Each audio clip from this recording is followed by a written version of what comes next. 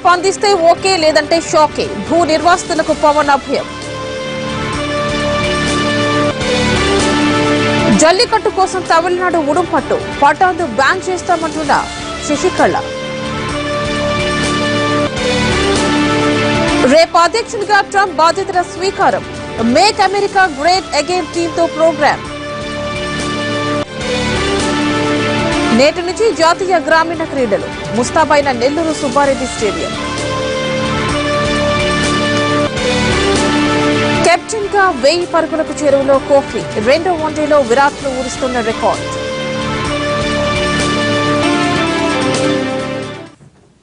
Details చూద్దాం. బలవంతపు భూసేకరణపై నిరసన పేరుతో 2 ఏళ్ల తర్వాత అమరావతిలో అడుగుపెట్టబోతున్నారు వైసీపీ అధ్యక్షుడు జగన్. ల్యాండ్ పూలింగ్ టైంలో అరటి తోటలకు నిప్పు పెట్టినప్పుడు రాజధాని గ్రామాల్లో పర్యటించిన జగన్ ఆ తర్వాత మళ్లీ ఇప్పుడు అక్కడ అడుగు పెట్టబోతున్నారు. పోలింగ్ హామీలను పూర్తి స్థాయిలో నెరవేర్చాలని బలవంతపు భూసేకరణను ఆపాలన్న డిమాండ్స్ తో ఆయన పర్యటన జరగబోతోంది. సీడ్ యాక్స్ రోడ్ల కింద ఇళ్లు కోల్పోతున్న వారిని కూడా కలుస్తానన్నారు జగన్. నిడమరులో రైతులు కౌలు రైతులతో లింగాయపాలెంలో కూలీలతో సమావేశమవుతారు.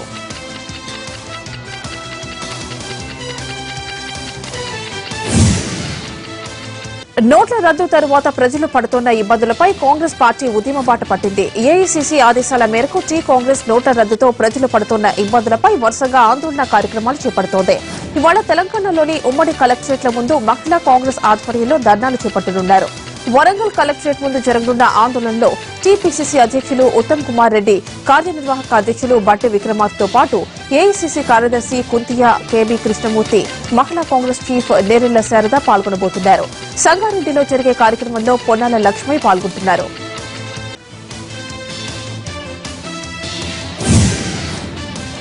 పోలవరం అమరావతి భూ నిర్వాసితుల సమస్యల పరిష్కారానికి ఏపీ సర్కార్ చర్యలు తీసుకుంటుందని జనసేన అధినేత పవన్ కళ్యాణ్ ఆశాభావం వ్యక్తం చేశారు. ఆ 2 ప్రాంతాలకు చెందిన కొందరు రైతులు హైదరాబాద్ వచ్చి పవన్ కళ్యాణ్ ను కలిసి వారి సమస్యలను వివరించారు. అధికారుల నిర్లక్ష్యంపై ఫిర్యాదు చేశారు. తమ సమస్యల పరిష్కారానికి కృషి చేయాలని విజ్ఞప్తి చేశారు. దీనిపై స్పందించిన పవన్ కళ్యాణ్ తాను మంత్రులతో మాట్లాడతానని రైతులకు హామీ ఇచ్చారు. అప్పటికీ సమస్యలు పరిష్కారం కాకపోతే చివరి ప్రయత్నంగా ప్రజా ఉద్యమంలోకి వెళ్లాల్సి ఉందన్నారు.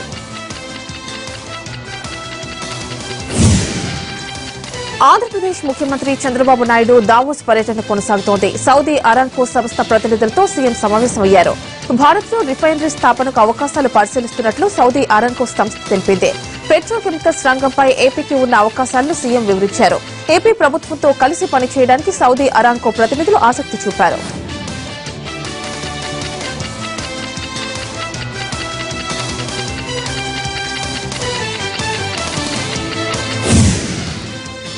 వచ్చే బడ్జెట్ సమావేశాల్లో ముస్లింలకు 12% రిజర్వేషన్ల బిల్లు ప్రవేశపెడతామని తెలంగాణ సీఎం కేసీఆర్ స్పష్టం చేశారు.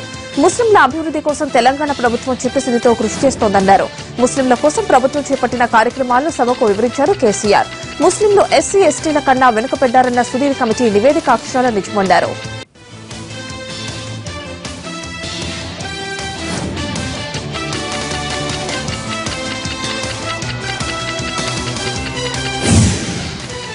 తెలంగాణ శాసనసభ శీతాకాల సమావేశాలు ముగిశాయి. మైనారిటీల అంశంపై చర్చ తర్వాత సభను నిరవధికంగా వాయిదా వేస్తున్నట్లు స్పీకర్ మధుసూదనాచారి ప్రకటించారు. మొత్తం 18 రోజుల పాటు అసెంబ్లీ జరిగింది. తొలి విడతలో 16 రోజులు జరిగిన అసెంబ్లీ తర్వాత 10 రోజుల విరామం తీసుకుంది. రెండో విడతలో 2 రోజుల పాటు ప్రజా సమస్యలపై చర్చించింది.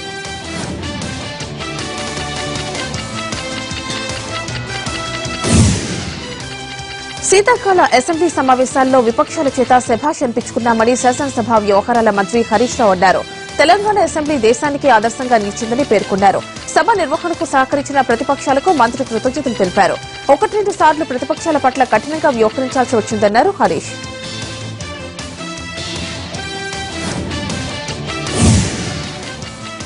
శాసనసభలో ప్రభుత్వాన్ని చాలా సమస్యలపై నిలదీసినట్లు ప్రతిపక్ష నేత జానారెడ్డి తెలిపారు. ప్రతిపక్షంగా నిర్మాణాత్మక పాత్ర పోషించినట్లు స్పష్టం చేశారు. తెరాస ప్రభుత్వ ప్రజాస్వామిక చర్యలు హామీలపై గట్టిగా నిలదీసినట్టు జానారెడ్డి వివరించారు. రైతుల రుణమాఫీ ఏకకాలంలో చేయాలని ప్రభుత్వానికి ఎంత చెప్పినా పట్టించుకోలేదని విమర్శించారు. తమ ఆందోళనతో రైతు రుణాలపై వడ్డీని ప్రభుత్వమే చెల్లిస్తుందని హామీ ఇచ్చారు.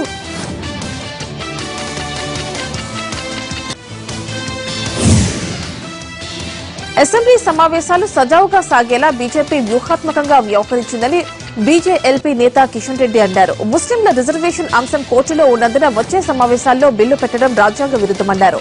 ఓటు బ్యాంక్ రాజకీయాల కోసమే ముస్లిం రిజర్వేషన్లు కల్పిస్తున్నారని కిషన్ రెడ్డి ఆరోపించారు. ముస్లింల రిజర్వేషన్లపై సీఎం పునరాలోచన చేయాలని సూచించారు.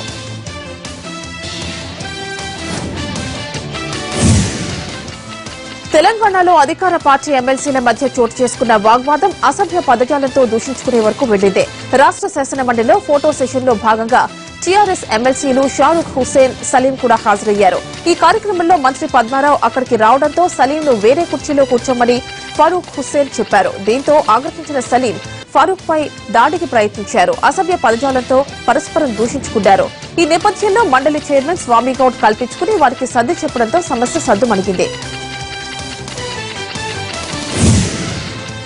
ఆంధ్రప్రదేశ్ ను సీఎం చంద్రబాబు అభివృద్ది చేస్తుంటే వైసీపీ నేతలు అడ్డుకుంటున్నారని విమర్శించారు మంత్రి పత్తిపాటి. సీఎంపై విమర్శలు మానుకోవాలని హితవు పలికారు. దోచుకుని దాచుకునే సంస్కృతి వైసీపీలోనే ఉందన్నారు. లక్షలాది రైతులకు ఉపాధినిస్తోన్న హెరిటేజ్ పై ఆరోపణలు సమంజసం కాదన్నారు.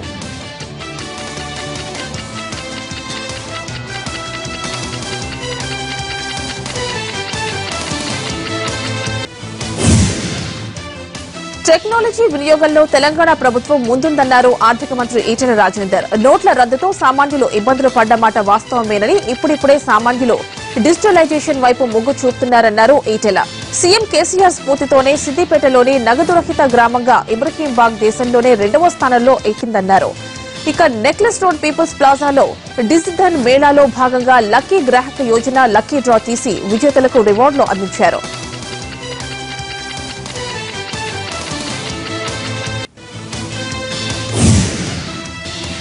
డిజిటల్ పేమెంట్స్ ద్వారా పారదర్శకత పెరిగి అవినీతికి ఆస్కారం లేకుండా పోయిందన్నారు కేంద్ర మంత్రి ఎంజే అక్బర్. నెక్లెస్ రోడ్లోని పీపుల్స్ ప్లాజాలో డిజి ధన్ మేళాను ప్రారంభించారు కేంద్ర మంత్రులు ఎంజే అక్బర్, బండారు దత్తాత్రేయ. డిజిటల్ పేమెంట్స్ పైన అవగాహన కల్పించేందుకు కేంద్ర రాష్ట ప్రభుత్వాలు సమన్వయంతో 2 రోజుల పాటు డిజి ధన్ మేళా జరగనుంది. అన్ని బ్యాంకులు, mobile payment companies, Aadhaar payment corporations తమ స్టాల్స్ ను ప్రదర్శనలో ఉంచారు. తెలంగాణ చేనేత వస్త్ర స్టాల్లో కేంద్ర మంత్రి ఎంజే అక్బర్ తన కార్డు ద్వారా చెల్లించి షర్ట్ కొనుగోలు చేశారు. డిమానిటైజేషన్ చారిత్రక విప్లవమన్నారు ఎంజే అక్బర్. ప్రధాని నరేంద్ర మోడీ చేపట్టిన నోట్ల రద్దు అంశానికి దేశ ప్రజలంతా అండగా ఉన్నారని కేంద్ర మంత్రి బండారు దత్తాత్రేయ అన్నారు. నల్లధనం, అవినీతి, ఉగ్రవాద నిర్మూలనకు ప్రధాని చర్యలు చేపట్టారని ఆయన గుర్తు చేశారు. హైదరాబాద్ నెక్లెస్ రోడ్లోని పీపుల్స్ ప్లాజాలో డిజి ధన్ మేళా కార్యక్రమంలో భాగంగా లక్కీ గ్రాహక యోజన క్రింద 4 విభాగాల్లో నగదు రహిత లావాదేవీలు నిర్వహించి వినియోగదారులను లక్కీ డ్రా ద్వారా ఎంపిక చేశారు. రాష్ట్రానికి ఆర్బీఐ ద్వారా 32,000 కోట్ల రూపాయలు పంపిణీ జరిగిందని, మరో 10 రోజుల్లో 400 కోట్ల రూపాయలు వస్తాయని దత్తాత్రేయ చెప్పారు.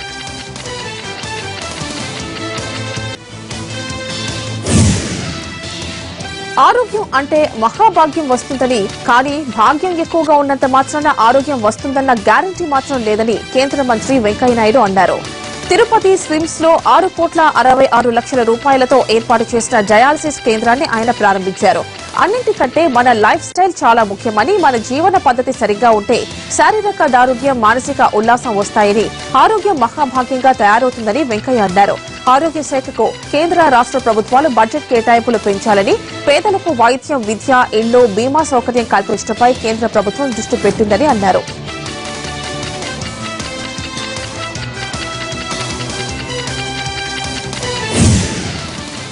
ఎన్టీఆర్ కు భారతరత్న ఇవ్వాలని ఆయన కుమారుడు హిందూపురం ఎమ్మెల్యే బాలకృష్ణ అన్నారు. తెలుగువారి ఆత్మగౌరవాన్ని ప్రపంచం నలుదిశలా చాటి చెప్పిన మహనీయుడు ఎన్టీఆర్ అని కొనియాడారు. నటుడిగా వచ్చి రాజకీయాల్లో కొత్త ఒరవడి సృష్టించారని, ఎందరినో రాజకీయాల్లోకి తీసుకొచ్చారని అన్నారు. ఎన్టీఆర్ 21వ వర్ధంతి సందర్భంగా బంజారాహిల్స్ లోని Basavatarakam Indo American cancer and research institute లో నిర్వహించిన కార్యక్రమంలో ఆయన పాల్గొన్నారు. ఆసుపత్రి ఆవరణలోని బసవతారకం ఎన్టీఆర్ విగ్రహాలకు పూలమాలలు వేసి ఘనంగా నివాళులర్పించారు. వికలాంగులకు, అంధులకు, పేదలకు దుప్పట్లు పంపిణీ చేశారు.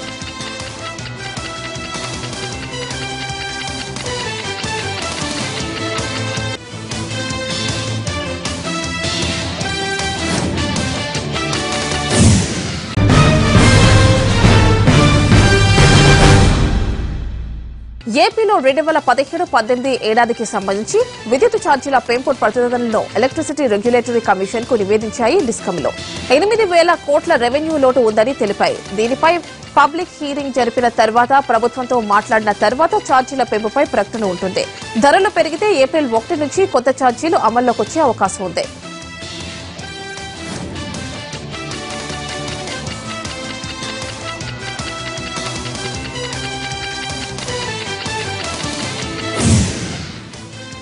తెలుగు రాష్ట్రాల్లో ఐసిస్ కలకలం రేగింది. 2 రాష్ట్రాల నుంచి ఐసిస్ లో ఏపీకి చెందిన కొందరు యువకులు చేరినట్లు తేలింది. గల్ఫ్ లో ఉద్యోగం పేరుతో వెళ్లిన యువకులు ఐసిస్ లో చేరారు. ఇండియా నుంచి మొత్తం 300 మంది ఐసిస్ లో ఉన్నట్లు పోలీసులు తేల్చారు. గల్ఫ్ వెళ్లే వారిపై నిఘా పెట్టిన ప్రభుత్వం అప్రమత్తంగా ఉండాలని ఆదేశించింది. హైదరాబాద్ ఓ అనుమానితుడిని అరెస్ట్ చేసిన ఎన్ఐఏకు విస్తుబోయే నిజాలు తెలిశాయి. అబు అనే విద్యార్థి హైదరాబాద్ లో కుట్ర చేసినట్లు తేలింది. మచిలీపట్నానికి చెందిన రెహమాన్, గుంటూరుకు చెందిన ఓ సైంటిస్ట్ కూడా ఐసిస్ లో చేరినట్లు నిర్ధారించారు. అంతేకాకుండా ఐసిస్ లో చేరేందుకు వెళ్లే ప్రయత్నం చేస్తున్న 70 మందిని అరెస్టు చేసిన పోలీసులు వారికి కౌన్సిలింగ్ ఇస్తున్నారు.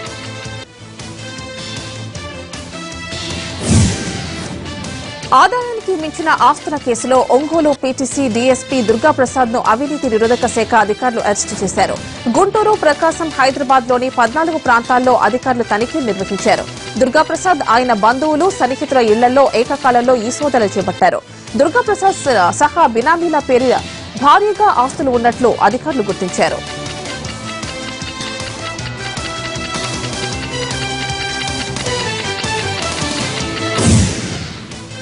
హైదరాబాద్ లో కారుతో బీభత్సం సృష్టించాడో మైనర్. కారులో స్నేహితులతో కలిసి బయలుదేరిన యువకుడు రాజేంద్రనగర్ మీదుగా హిమాయత్ సాగర్ వైపు దూసుకువెళ్లాడు. అయితే అదుపు తప్పిన కారు గాంధీనగర్ దగ్గర ఓ ఇంటి ముందు కూర్చున్న వాళ్లను ఢీకొట్టింది. ఈ ఘటనలో వృద్ధుడైన మల్లేష్ చనిపోగా వీరబాబు అనే వ్యక్తికి తీవ్ర గాయాలయ్యాయి. కారు ఢీకొట్టడం వల్ల ఇంటి గోడ కూడా కూలిపోయింది. ఈ ఘటనలో 2 బైక్లు కూడా దెబ్బతిన్నాయి. ఈ సంఘటనకు సంబంధించి కారు నడుపుతోన్న ఉత్తమ్ను అదుపులోకి తీసుకున్నారు పోలీసులు. కడప జిల్లాలో ఉక్కు పరిశ్రమను తక్షణమే ఏర్పాటు చేయాలంటూ స్టీల్ ప్లాంట్ సాధన సమితి ఆమరణ నిరాహార దీక్షకు దిగింది. 90 రోజుల విరామం తర్వాత సాధన సమితి నిర్వహించిన ర్యాలీలో విద్యార్థులు పెద్ద సంఖ్యలో పాల్గొన్నారు. విజయ్ కుమార్ సర్కిల్ నుంచి పుట్టపర్తి సర్కిల్ వరకు 2 కిలోమీటర్ల పాదయాత్ర నిర్వహించారు. విభజన చట్టంలోని స్టీల్ ప్లాంట్ ఏర్పాటు చేయాలనే అంశాన్ని కేంద్ర రాష్ట్ర ప్రభుత్వాలు నిర్లక్ష్యం చేశాయని మండిపడ్డారు స్టీల్ ప్లాంట్ సాధన సమితి నాయకులు.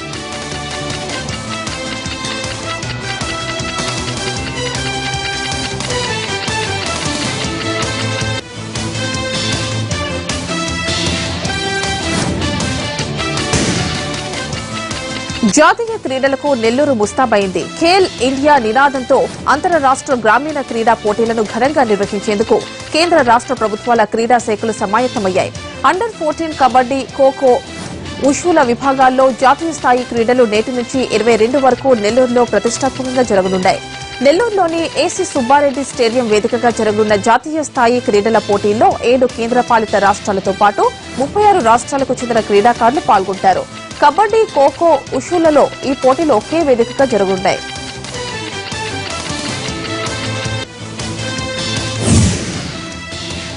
మహబూబాబాద్ జిల్లాలో దారుణం జరిగింది. రైల్లో డబ్బులు కలెక్ట్ చేస్తున్న హిజ్రాలు మనీ ఇవ్వలేదని కారణంగా ఓ మూగ చెవిటి విద్యార్థిని బయటకు తోసేశారు.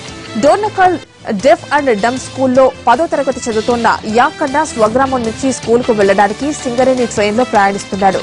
ఆ సమయంలో డబ్బుల కోసం ఒత్తిడి చేసిన హిజ్రాలు సహ ప్రయాణికులు వారిస్తున్నా వినకుండా యంకన్నను వేధించారు.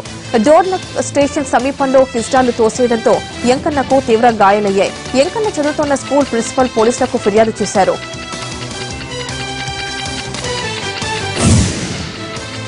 ప్రాసిక్యూషన్ ఆధారాలు చూపలేకపోవడంతో అక్రమ ఆయుధాల కేసు నుంచి బయటపడ్డాడు బాలీవుడ్ హీరో సల్మాన్ ఖాన్.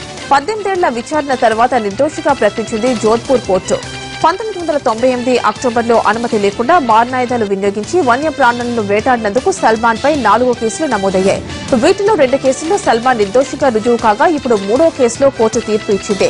సల్మాన్ కు వ్యతిరేకంగా ఎలాంటి ఆధారాలు లేవని అభిప్రాయపడింది కోర్టు. ప్రాసిక్యూషన్ వాదనను తోసిపుచ్చింది.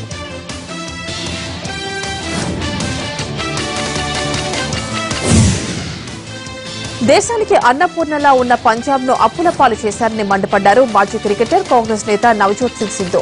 పంజాబ్ అసెంబ్లీ ఎన్నికల్లో పోటీ చేస్తున్న సిద్ధు ఇవాళ అమృత్సర్ లో నామినేషన్ దాఖలు చేశారు. తన కోసం పోటీ పడ్డం లేదని, ఎలాంటి పదవులు ఆశించడం లేదని స్పష్టం చేశారు. కేవలం పంజాబ్ లో మార్పు చూడాలని ఆశిస్తున్నట్లు సిద్ధు చెప్పారు. ఇది వ్యక్తిగత పోరాటం కాదని, పంజాబ్ యువత సరైన పంథాలో నడవాలన్నదే తన ఉద్దేశం అన్నారు. ప్రతి ఓటరు పంజాబ్ క్షేమం కోసం ఓటు వేయాలని, రాష్ట్ర ధర్మాన్ని కాపాడేందుకు ఓటు వేయాలని సిద్ధు పిలుపునిచ్చారు.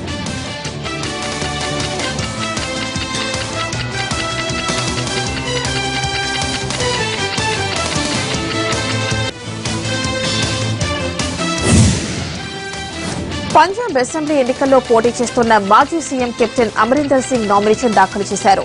ఆయన తన నామినేషన్ పత్రాలను లంబా నియోజకవర్గం రిటర్నింగ్ అధికారికి సమర్పించారు. కెప్టెన్ అమరీందర్ సింగ్ పాటియాలా అసెంబ్లీ నియోజకవర్గం నుంచి కూడా పోటీ చేస్తున్నారు. ఈ ఎన్నికల్లో సీఎం ప్రకాష్ సింగ్ బాధలను మట్టి కనిపిస్తామన్నారు అమరీందర్ సింగ్.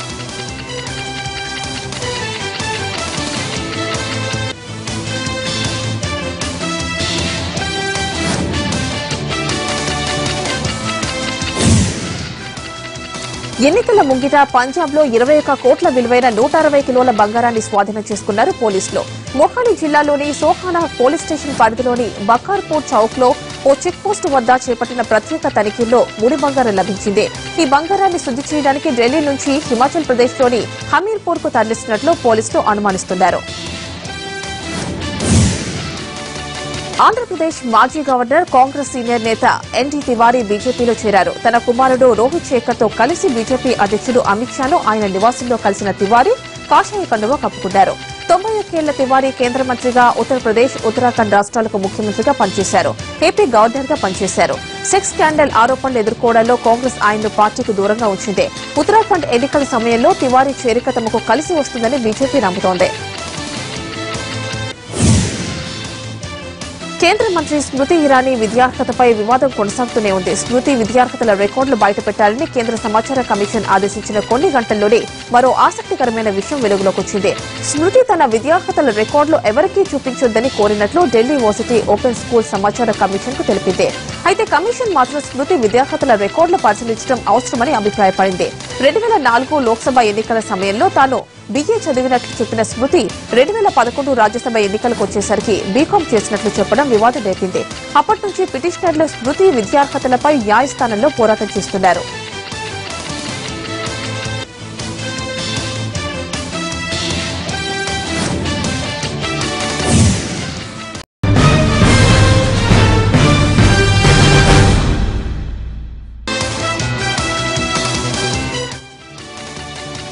Back to 30/60. సమాజ్వాదీ సంక్షోభం కొలిక్కి వచ్చిన శివపాల్ యాదవ్ కు మాత్రం ఊరట దక్కలేదు. ములాయం అఖిలేష్ కు ఇచ్చిన జాబితాలో తన పేరు లేకపోవడంతో శివపాల్ అసంతృప్తికి గురైనట్లు తెలుస్తోంది. దీంతో ఎలాగైనా ఎన్నికల బరిలో నిలవాలని భావిస్తున్నారు. అయితే శివపాల్ కోరికను అఖిలేష్ అడ్డు చెప్పే అవకాశం కనిపిస్తోంది. శివపాల్ కోసమే తండ్రితో వైరం పెట్టుకున్న అఖిలేష్ ఎన్నికల్లో పోటీ చేస్తే అస్సలు ఒప్పుకోరని ఎస్పీ వర్గాలు చెబుతున్నాయి. మరి అఖిలేష్ ను కాదని శివపాల్ పోటీ చేయగలరా? అప్పుడు అఖిలేష్ ఏం చేస్తారో అనేది అందరిలో ఉత్కంఠ పెంచుతోంది. జల్లికట్టు అంశంపై తమిళనాడు రగిలిపోతోంది. సంప్రదాయ క్రీడపై నిషేధం విధిస్తూ సుప్రీంకోర్టు ఇచ్చిన ఉత్తర్వులను రద్దు చేయాలనే డిమాండ్ చేస్తూ ప్రజలు పెద్ద ఎత్తున ఆందోళనలు నిర్వహిస్తున్నారు. ప్రజల అభ్యర్థన మేరకు జల్లికట్టుపై కేంద్ర ప్రభుత్వం తక్షణమే స్పందించాలని, సుప్రీం ఉత్తర్వులను నిలుపుదల చేసేలా ఆర్డినెన్స్ జారీ చేయాలని అన్నాడీఎంకే ప్రధాన కార్యదర్శి శశికళ నటరాజన్ కోరారు. జల్లికట్టుకు వ్యతిరేకంగా సుప్రీంకోర్టును ఆశ్రయించి నిషేధానికి కారణమైన జంతు కారుణ్య సంస్థ పెటాను తమిళనాడులో నిషేధిస్తామని, ఆ మేరకు అవసరమైన న్యాయ ప్రక్రియను ప్రారంభించామని శశికళ చెప్పారు. మరోవైపు జల్లికట్టుపై నిషేధం ఎత్తివేయాలని కోరుతూ ప్రధాని నరేంద్ర మోడీని కలవబోతున్నారు పన్నీర్ సెల్వం.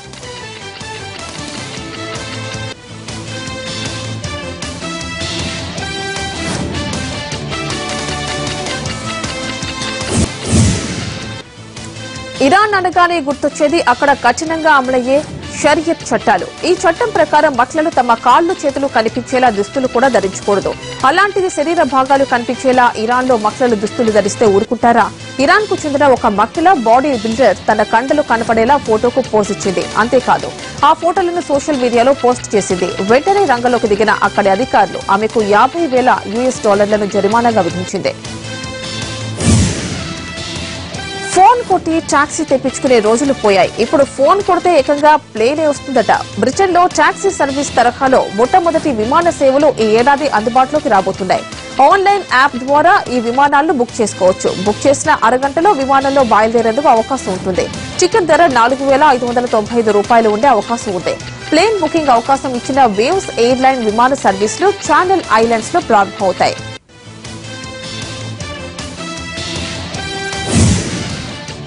ఆండ్రాయిడ్ ఫోన్లతో స్మార్ట్ ఫోన్ల మార్కెట్లోకి తిరిగి ప్రవేశిస్తోన్న నోకియా విడుదలకు ముందే సంచలనం సృష్టిస్తోంది. 3 ఏళ్ల తర్వాత సంస్థ నుంచి వస్తోన్న నోకియా 6 మొబైల్ అమ్మకాలు ఇవాల్టి నుంచి చైనాలో ప్రారంభం కానున్నాయి.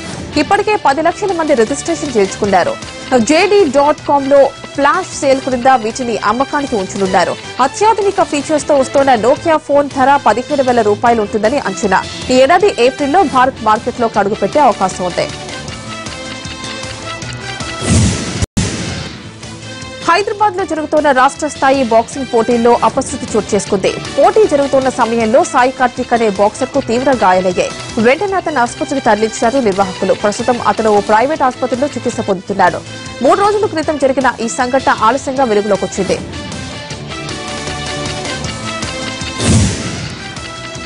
యోగా గురు రామ్దేవ్ బాబా మరోసారి తన సత్తా చాటారు. ప్రో రెస్లింగ్ లీగ్ లో భాగంగా 2008 ఒలింపిక్ సిల్వర్ మెడల్ గెలుచుకున్న ఆండ్రీ స్టాడ్నిక్ తో తలపడమే కాదు, ఆ మ్యాచ్ లో విజయం కూడా సాధించారు. ముంబై ఎన్సీఆర్ పంజాబ్ మధ్య సెమీఫైనల్ ముందు బాబా దంగలాడారు. రామ్దేవ్ బాబా కుస్తీ పట్లకు ఆశ్చర్యపోయిన Ukraine wrestler Andriy Stadnik yoga power ఏంటో తెలుసుకున్నారు.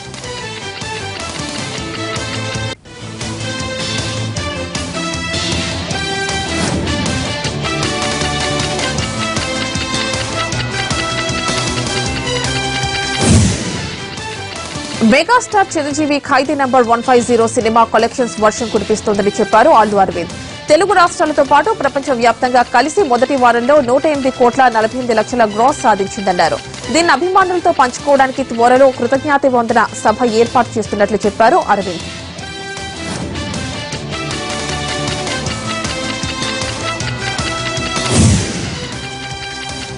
ప్రతిభావంతులను అవార్డులు వరించి వస్తాయి. ఒక్కోసారి ఎంత ప్రతిభ ఉన్నా అవార్డులు ముఖం చాటేస్తుంటాయి. డబ్బులిచ్చి అవార్డులు కొనుక్కునే వాళ్లు కూడా ఉంటారు. అవార్డులకు సంబంధించి బాలీవుడ్ సీనియర్ నటుడు రిషి కపూర్ సంచలన విషయాన్ని వెల్లడించారు. కుల్లం ఖుల్లా పేరుతో ఆత్మకథ రాసిన రిషి కపూర్ ₹30,000 ఇచ్చి ఫిల్మ్ఫేర్ అవార్డు కొనుక్కున్నారని చెప్పారు. 1973లో బాబీ సినిమాతో హీరోగా పరిచయమైన రిషి కపూర్ ఆ మరుసటి ఏడాది ఆ చిత్రానికి ఉత్తమ నటుడిగా ఫిల్మ్ఫేర్ అవార్డును అందుకున్నారు. అప్పట్లో తాను యువకుడని, చేతిలో బాగా డబ్బులుండేవని తెలిపారు. ఆ డబ్బులతో అవార్డు కొనుక్కున్నానని చెప్పారు. అయితే ఆ తర్వాత తాను చేసిన పనికి సిగ్గుపడ్డారని, మళ్లీ జీవితంలో అలాంటి పని చేయలేదని రిషి వివరించారు.